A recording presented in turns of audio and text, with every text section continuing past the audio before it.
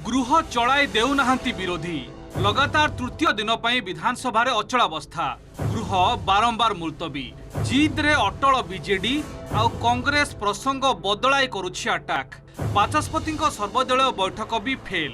आज प्रश्नकाल आरंभ गृह आरंभ हो जाइथिला हट्टगोल विरोधी दल उपनेता प्रसन्न आचार्य दोहराइथिले पुराना प्रसंग राज्यपाल पुओ विवाद को नहीं दाबी करथिले मुख्यमंत्री विवृत्ति एमितिक राज्यपाल अभिभाषण उपरे धन्यवाद प्रस्ताव आलोचन सामिल हेबनी कही गृहरु वाकआउट करथिले बीजेडी विधायक। अन्यपटे केंद्र बजेट रे ओडिशा को अवहेला अभियोग नारा देई गृह मध्यभाग को पशिथिले कांग्रेस विधायक माने जहा फल गृह को प्रथमे 11:30 जाए मुलतवी करथिले बाचस्पति। गृहर कार्य 11:30 पर्यंत बंद रहा। 11:30 सर्वदलीय बैठक डाकी पुणी 12टा जाए गृह को मुलतवी रखा जाइथिला हेले सर्वदलीय बैठक रे निष्कर्ष न बाहरिबारु 4टा जाए मुलतवी होइथिला। 4टा परे उपबाचस्पति निर्वाचन रे विरोधी उपस्थित रहिथिले किंतु परवर्ती समय राज्यपाल अभिभाषण उपरे धन्यवाद प्रस्ताव आलोचना बेले विरोधी शून्य थिला गृह जहाकु ने गृह बाहर परस्पर उपरे दोष लदालदी होइथिले शासक विरोधी। सरकार रो ना आचरण अछि ना उच्चारण अछि ता विषय ना बिजनेस एडवाइजरी कमिटी को डाकी करी हाउस जो इम्पास अच्छी ताकू रिजल्व करने लगी चेष्टा करछंती।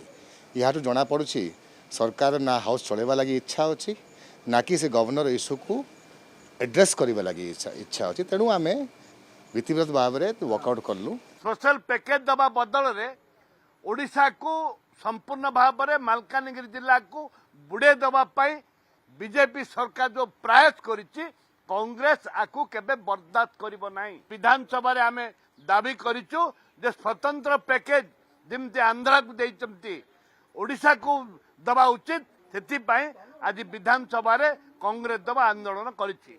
गृहर परंपरा को निर्वाह करिबा समस्त मान्यवर सदस्यंकर दायित्व असहिष्णुतार चरम सीमार पहुंची जो कथा 24 वर्ष रे करन पारतले गोटे मासरे भारतीय जनता पार्टी नेतृत्व में मोहन माझी सरकार जो काम करुँच से असहिष्णु हो पड़ुंट जो भाया पानी बिना माछ छटपट हुए सेमती बिना सरकार रे विरोधी दल रे बसिबा तांको पाखरे बोधे संभव हो नहीं।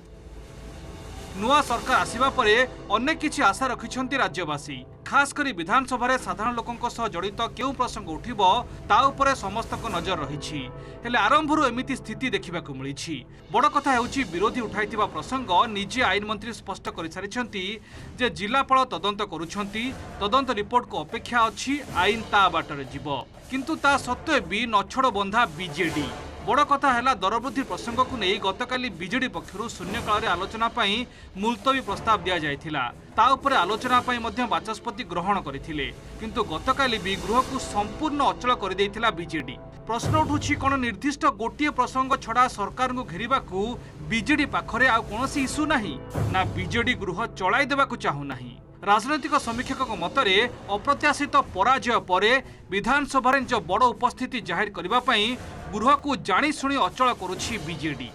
निश्चित भाव में यहाँ हूँ बीजेडी गोटे रणनीति कारण बीजेडी जो नैराश्यजनक वातावरण सृष्टि होता निर्वाचन पराजय पर स्वाभाविक भाव में गोटे दल चाहिए तार उपस्थिति जाहिर करने यहाँ हूँ हाथ में गोटे अस्त्र विरोधी हाथ में गोटे सुजोग यहाँ बीजेडी हाथ में विधानसभा फोरम को प्रॉपर्ली यूटिलाइज करी निजर अस्तित्व को जाहिर करवा किंतु सब कथार गोटे लिमिट अच्छी केते दिन पर्यंत हाउस अचल हम हाउस अचल हेले शासक दल जो परिमाण में दायी हे विरोधी दल सम परिमाण में दायी हे।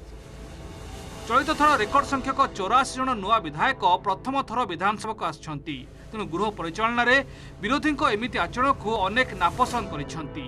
एसो भितरे आसंता काली आसीबो मोहन सरकार को प्रथम बजेट तेणु आगकू विरोधी आभिमुख्य कोन रहुछि ता उपरे नजर। भुवनेश्वर कैमरा पर्सन प्रशांत और पंकज सह जगदीश दास सौम्यरंजन साहू को रिपोर्ट ओटीवी।